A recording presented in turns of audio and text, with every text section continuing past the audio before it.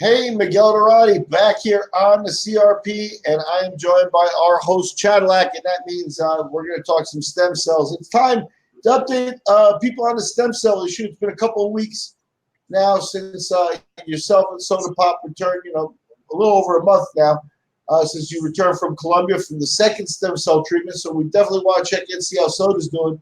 And I want to ask you some questions. You were involved with the constant treatments here. First, how's Soda doing? What's been noticeable? And that sort of stuff. The second time around, it was the changes and the improvements as good as the first time, not as good, and stuff like that. And then I want to ask you a couple questions from the average Joe perspective. And me being an average Joe here, it's like I'm seeing Soda Pop down there, and then I'm seeing athletes. So it's like, where does your average person fit in to get stem cells? Because I think that the athletes, obviously they're going to feel like my knee hurts and I got to perform, and now my knee doesn't hurt, so great. I can see why they're doing it. And maybe on the high end they've got the money to do it because stem cells still aren't cheap. But to me, that might intimidate a lot of people who might be looking for something, and I think, in that case, Soda Pop represents a little bit more of like the masses kind of thing, So you got into a car accident. Hey, now you're talking about, a wider range of people than world-class athletes. You know what I mean? Yeah. So, so let's take it from there. First of all, check in and let us know how Soda's doing. Okay. So, wow. That's a lot to unpack, but let me just start by saying that Soda's doing great. We got his DEXA scan, which is a bone density scan, and it does a DEXA scan does more than just bone density. It measures, what's your spinal alignment, and it kind of X-rays the whole body, so to speak, and it checks out bone density. Prior to starting stem cells, his bone density was so bad that we had to supplement with vitamin D. We even went so far as to buy grow tents when he was really little because he kept breaking his feet because he wanted to walk so hard. He would come down hard on his foot and he would break the small bones in his feet. And then he'd be in a cast for 2 months or he'd be in a wheelchair again. And we went through that cycle for, probably 4 years. We went so far as to buy a grow tent, and we did gardening in our bedroom every night because we're in Indiana, and 6 months a year you don't get a lot of sunlight here, and so it's important that people make sure they take their shirts off or roll their sleeves up when they're out in the sun and that kind of stuff, and wear sunscreen at the same time, right? So we took him to his. So long story short on that, his bone density is way up. And like more significantly than they could necessarily pass off on anything else. So he's pubescent now. He just turned 13 on Memorial Day, and he's our Labor Day. Which one is it? Yeah, I think at this point it's Memorial Day, but I'm not sure. Memorial Day, yeah, not Labor Day significant. Sorry. Yeah. Anyways, he having said all of that, when we teased out all of the variables, statistically, the chances of him having this kind of bone density growth due to anything else is pretty unlikely. So I can't positively tell you that his bone density is way up because of stem cells, but there's not a lot of other things that we can go to and say it must be this. Yes, he's in puberty. Yes, he's growing. Yes, he's training differently and all of those things. But in fact, one of the trainings that we changed, one of his therapies is aquatic therapy, which has helped him out a great deal. And we're almost done with that one for a while. And then we'll switch to something else. But the aquatic therapy actually should decrease his bone density a little bit, because bone density, like in astronauts, they lose bone density because of gravity or weight. So So his bone density is up. Number two, he doesn't have spinal bifida or anything like that. He doesn't have like a crooked spine. But if you look at a full X-ray of his body, or if you just stand and look at him, against a wall with him facing the wall, you can see that he kind of has a curvature on his right side, or well, it would be, technically it's his left side, I guess. But it's because he doesn't put as much weight on his left side due to the hemiparalysis. So that's changed. So his spine is straightening out because his bone density is getting stronger, because his core is getting stronger. And there's one other thing, I don't remember what it is now, Miguel, but those are two pretty big ones, right? Oh yeah, his hip. So he has hip dysplasia. And anybody who has a grandma, at some point they broke their hip, right? Well, I'm going to go down that path because I have an 83-year-old mother who just had back surgery. So you finish your story, and then I'm going to lead you down that path of questions. Because, again, in the theme of this podcast, Soda as a 13-year-old or grandmothers, now we're talking about average people, common people who could benefit from this, and not just world-class athletes. Because, the world-class athlete is so cool to see down there and stuff. And, again, if it helps them, more power to them too, especially, with the whole thing and stuff. But there's not a lot of, can I relate to it? You know what I mean? So it's like with the grandmother, I've got a whole list of questions there. So you finish up. Yeah. So the cerebellum is the hip socket. So your pelvis is kind of here, and your femoral head fits into the socket like that. And there's space in there for it to move, and there are ligaments attached to it and things like that. Well, Soda's is kind of out here. So if this is hip socket, instead of it being here, his is kind of out here because he's never put weight on it to make sure it stays in that position. And they just naturally pull out because the muscles from the other side of his body have pulled it out. And so we've noticed a sharp increase or a sharp decrease in the amount of the distance away from the acetabulum, and the femoral endings, so to speak. I don't want to get too technical, start rattling off a bunch of. But it looks like just by natural, like he's like almost like finishing the process of maturing or finishing the process of growth that he, was shorted kind of thing. So let me ask you this. So yeah, that's a pretty good way to put it. Because to me, the bone density thing does bring to mind, like my mother's 83 years old. And let me tell you about her day yesterday, okay? And now she's had back surgery now about 8 or 9 months ago. And she struggled for about 6 months afterwards with recovery. Now, what the back surgery was is she had calcium deposits that were beginning to make, calcify around her lower vertebrae. Yeah. So, they had to go in and chip away the calcium. So it's kind of like it was like a low invasion surgery, but it's still quite extensive. They had to get to the spine and chip away all this calcium that's there. And then what happens is, because now that they chipped away the calcium, she had other atrophied muscles where she was adjusting, slowly adjusting to the condition and things like that. So all of a sudden she was in pain from using muscles that she hadn't been able to use before. Yeah. And the back was adjusted. So there were all kinds of things and things like that. Now, I think obviously the calcium is nothing that stem cell treatment is going to work. That's a completely different condition. Unless somebody explains it differently to me. But so she would have needed the surgery anyway.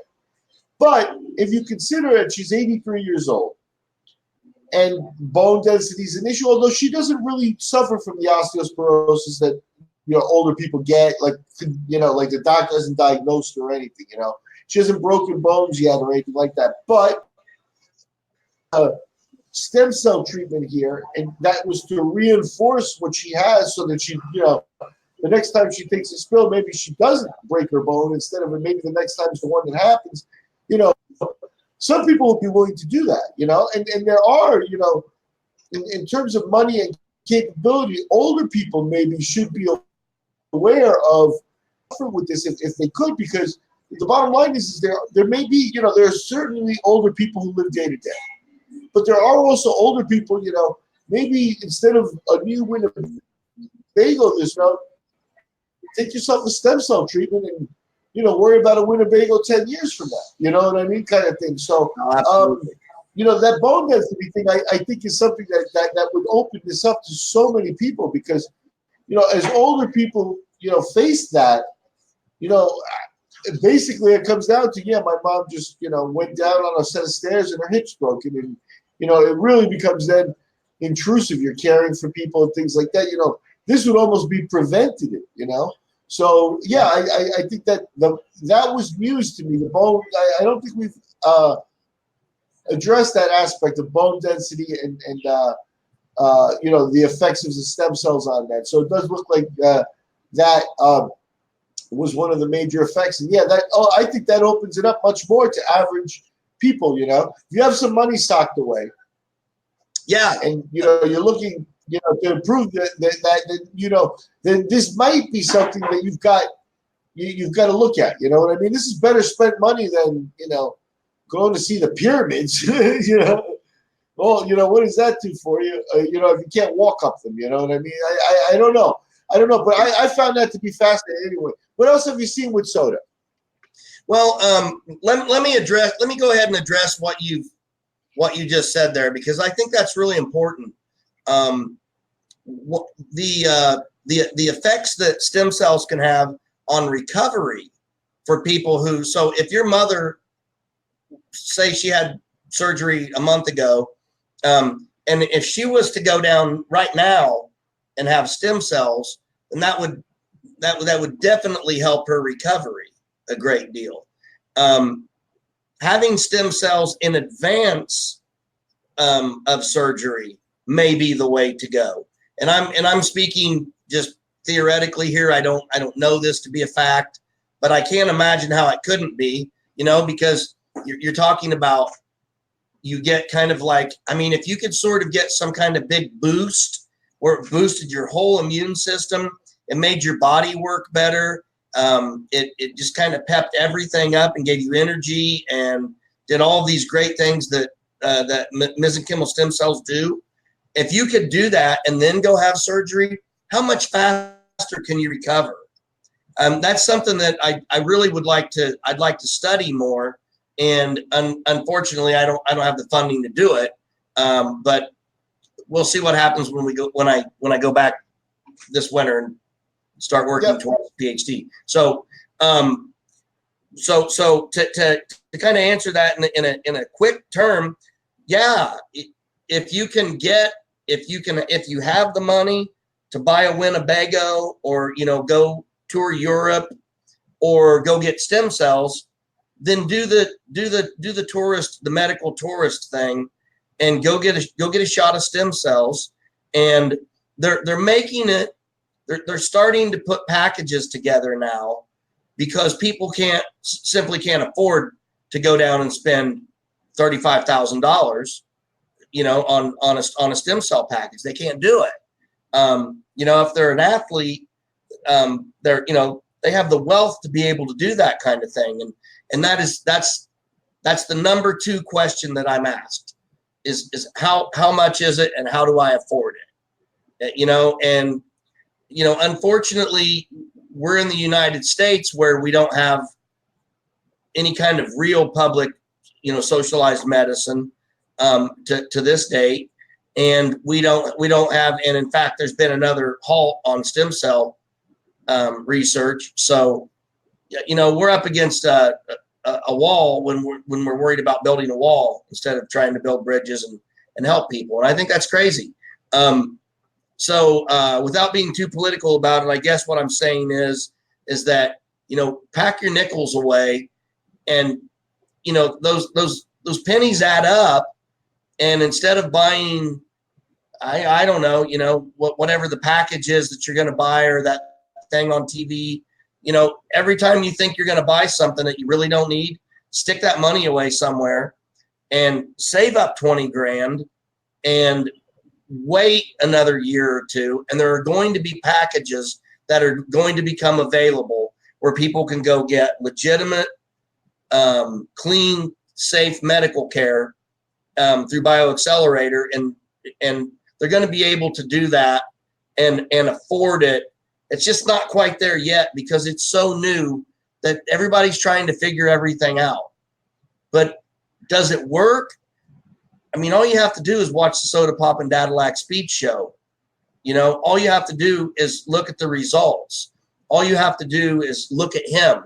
And I know as a scientist, I'm not supposed to say that, you know, what somebody says doesn't matter. It's what the reality of it is. Well, when we got those, when we got the DEXA scan results back yesterday, we said, okay, here's black and white paper. This matters. This tells me that what we're doing is actually working for sure in the scientific community.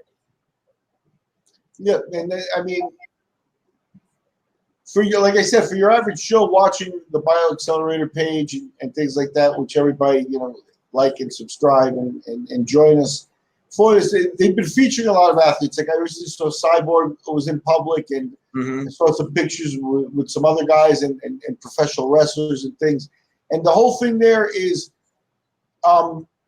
that's great. You know, that's great for publicity.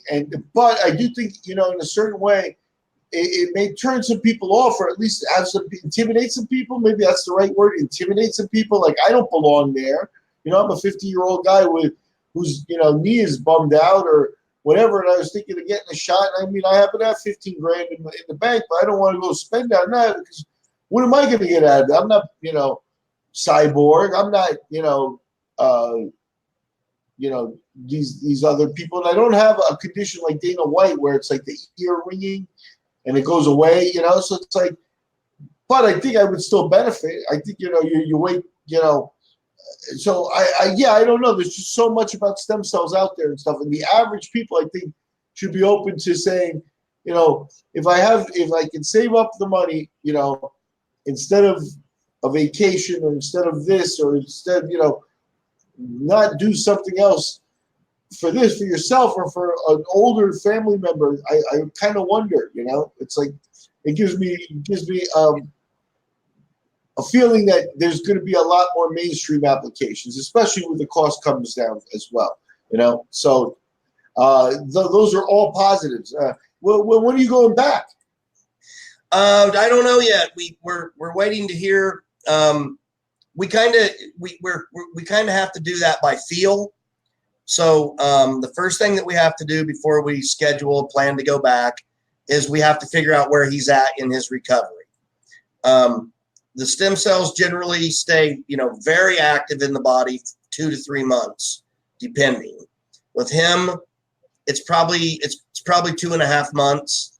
If we're measuring based on what we've seen so far, that the stem cells are very active. The first month, it's as if, you know, you had some amazing drug that does something incredible for you, and then it kind of half-lives off. But the good news about that is even though it drops off, you keep the result. So I guess an analogy in sports would be a guy takes a performance enhancing drug and he does really well, and then when he goes off of the drug, all of a sudden he's kind of an old man that's still trying to fight, and you see the difference, right? With stem cells, it continues. That you continue to prosper from the application of the stem cell treatment. So, in other words, when you stop taking them, they don't stop working. The effect doesn't go away. Whereas if you take, I forget the name of the How do they have they done experiments, or are there any treatments like for something severe, like maybe full paralysis or something like that somebody's working on, where somebody's getting constant stuff? Because you guys go back every couple of months for like a re-injection. Like, are there daily applications for this? Like for Yeah. I'm glad you asked that. Thanks for getting me back on track. So I can't give any names out, obviously, but I had the honor of talking to somebody 2 days ago that they called and they said, we want to talk to a real person that is going through this, and we want to know what they say. We don't care what superstar athlete says. We care about a real person, and we want to know what they feel about this. And we were so happy to be able to share that experience with them, because by the time they hung up, they were going down to get stem cells. And this person had a car accident a few years ago. They had some paralysis. They had I'm trying not to go too personal, or reveal too much, but they had paralysis, and they had traumatic brain injury, and from that, the person recovered from a great deal of it just through working, modern technology and things here in the States. But then he started to kind of regress to some degree, and that happens a lot, especially in traumatic brain injury. So they were asking about, what about balance and things like that? And I said, okay, well, when Zane got home this time, Soda Pop, when he got home this time, we went back in and we started to look for the goals again. And what's our therapy goals going to be from here until Christmas? And he broke all those goals again that we had set the last time we got back, and said, well, we have to redo these goals. And because he shattered all of the goals when he got back from the first time. So when he got back the second time, he stood on his hemiparalysis side, his left side. He stood on that foot on just one foot for 57 seconds. So the question that these people were asking me was, mostly they were interested in, is my balance going? Will I get balance back? Will I be able to kind of walk? Well, watch Matt Hughes walk down the wall, down those stairs, and you'll see the balance is coming back. Watch my son stand on one foot for 57 seconds with a not to denigrate what someone else's pain or problems are, but let's face it, there are athletes that are going down there because they want to get an edge, right? Or they want to get 2 more years, 5 more years, or whatever it is, or they've got that one fight left and they really need it. And, all that's legitimate, of course, but it's not the same thing as my son being hit by a truck when he was almost 4 years old and suffering a massive, massive brain injury, followed by a global stroke, and all of the years that we've spent since then. So I don't want to say anything bad about anyone else, but when you compare the two, I think that's part of what you're asking is. No, I think you're pointing out the average Joe. Yeah, and that's the point of my podcast, because I think you're absolutely right. I think what happens here is, by putting front and center the athletes, I think it's the 21st century. I can see why they're doing that, because it brings attention, and because they're also high profile people that are out there. They have media, social media followings and things like that. So it's definitely beneficial for them to be involved with athletes. They also, like you said, have the money, and they're looking for treatments and things. But yeah, they run the risk of forgetting the average Joe and forgetting that what we're looking at is the potential of these treatments developing to the point where, they will help, with many different things. And I think, the car accident, again, once you're talking about people, there are a lot more people who are in car accidents than there are world-class athletes, right? So now you're really opening up the potential for, if somebody has a car accident, and I mention car accident, immediately your head goes, my knee's never been the same. Or, if it's something as simple as that, then there may be something here that can help you. Or if you got hit in the head and it's been like, man, You know, I haven't been able to think straight since. That sort of stuff. It's something where there's definitely potential. And again, people throw money away on new stuff all the time. Yeah, this may be cutting edge stuff, but yeah, if it's for your own benefit and you do feel the instant effects of it, then I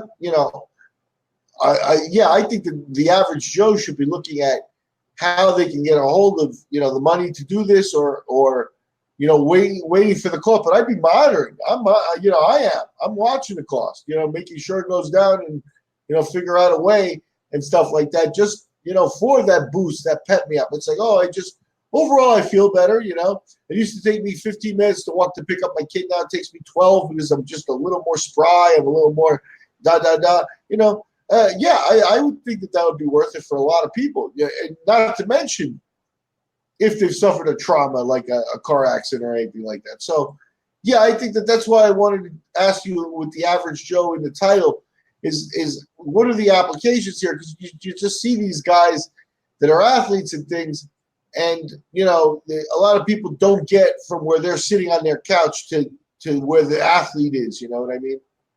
Yes. So for those of you who don't understand, when we put the title down here, we work on it and we figure out, what do we want to title this show, that kind of thing. And Miguel came up with, well, what about your average Joe? And I said, that's perfect, because I have 5 messages right now in my message box, because I did a Soda Pop update yesterday, and people flock to it and say, tell me about this. I want to know, what's the cost? What's it going to do for me? Will it help me with this? What if I have cancer? Does it cure ALS? I get all of these different questions. And again, I'm not expert. I'm close to it, I think, probably by now, but I'm certainly not a certified expert. But I don't work. No, but you're experienced. But I'm very experienced, and I don't work for any company, so I can legitimately say whatever I want to say about it.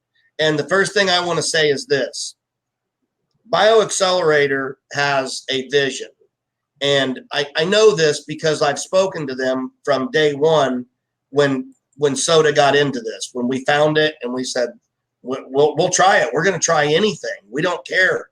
We're dead in the water. We're not making any more gains.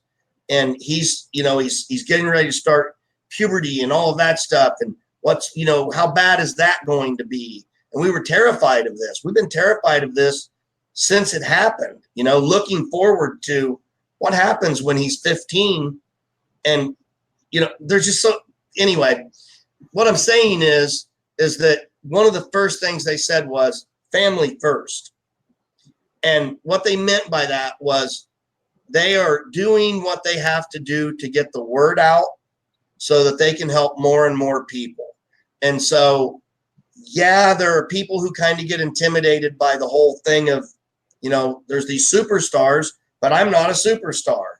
I'm not born athletically gifted like that, and I've got a bad back. Will this help me? I broke my neck. Will this help me? I have, bone density loss. Will this help me? I have a brain injury and I can't remember to turn the stove off. Will this help me? And the answer is yes. Yes, yes, yes. It will help you. Are you able to afford it? Man, that's another story right now. But we're getting there, Miguel. And I know that the company's ultimate goal is to source this. I don't want to call it a cure, but to source this medical application out to as many people as they can possibly get. And how do you do that? The first thing you have to do is you have to get attention so that you can start getting business, so that once you get enough business, you can lower the cost. So when you start getting a lot of business, there's an economist out there whose head's spinning around, because that's counterintuitive.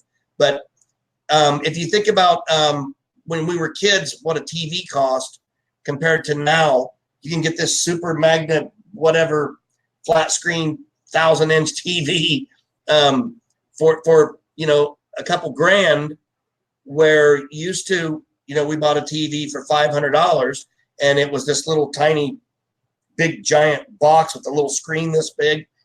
So as technology catches up and gets better and better, the treatment's going to get better and better. The applications are going to get better and better. And with that, always, we see the prices go down. That's just the way it always happens. As technology rises, today's luxuries are tomorrow's necessities, as they say. And so I want to be clear about that don't be intimidated by the idea that, well, these are athletes and I mean, of course, Chris Cyborg can do that, or Gilbert Melendez or Dana White or Chael Sonnen, of course they can, or Ryback, of course it's going to help him. I mean, look at that guy; he's a monster, and Big Sexy Kevin Nash, of course it's going to help him. He's a monster and he's huge. What you don't know is that Nash, his knees have been completely redone, twice on one of them, if I remember right. He had all kinds of back problems. He had all kinds of memory issues, because wrestling is an extremely difficult thing to do. And he's done it for how many years? So if they're getting, the point is that they're kind of taking the most extreme model that's kind of beat themselves up as badly as they can, and they're giving them injections of this, and they're seeing what happens. So it's really experimental in that way. But the point is that it works. It works over and over and over again. And when we talk about people who have paralysis, there's a couple that I met through BioAccelerator, and we talk online all the time now, and they fill me in on what their progress is, because they don't make it as public as we do. We make ours public because we want everyone to see what Soda is doing, because his community has backed him for so long now, almost 10 years. But the person in question on this one can feel from the waist down where they could not feel anything at all before. They now know when they have to urinate. Now that might not seem like that big of a deal to you, but if you pee your pants enough times, you feel right. Lose it for a day. You'll notice. Yeah, lose your ability to feel and control that for a day, and you'll notice it immediately. So, yeah, that's amazing. See, that's the type of average job. I mean, there's probably a lot of people in that situation, and that's why I want to have this podcast with you, Chad. Thank you very much for the time. We're running a little bit long here, so you're still slated TBD as far as your next return for Soda to Colombia for the treatments. But I'm sure that we'll be keeping track of it here on the Cage Rage podcast. So thank you very much. Everybody hit like and subscribe. And if you have any questions, direct them to Chadillac or myself, and we will work to get you an answer on the stem cell issue. Miguel,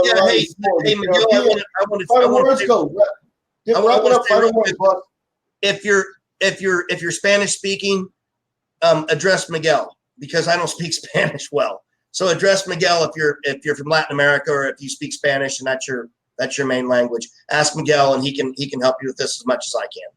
Sorry to interrupt. Si la gente está más cómoda hablando en español y necesitan respuestas para preguntas sobre stem cells y los tratamientos en Medellín, con mucho gusto se les ayuda aquí. Entonces, para servirles, I'm Miguel Dorati for the CRP signing off. Thank you very much, Chadillac, for the latest update, and we'll catch you on the flip side.